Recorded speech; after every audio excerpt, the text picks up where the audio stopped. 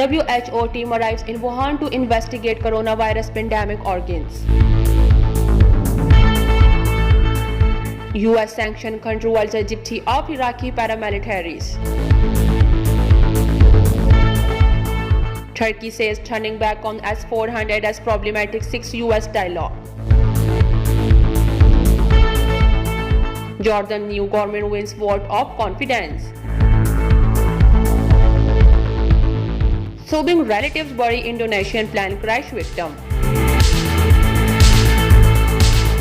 Coronavirus failed to deter India's massive Ganges pilgrimage.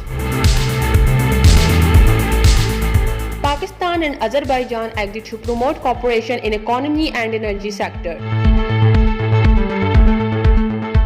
Turkey starts negotiation with Russia to obtain second consignment of the S-400.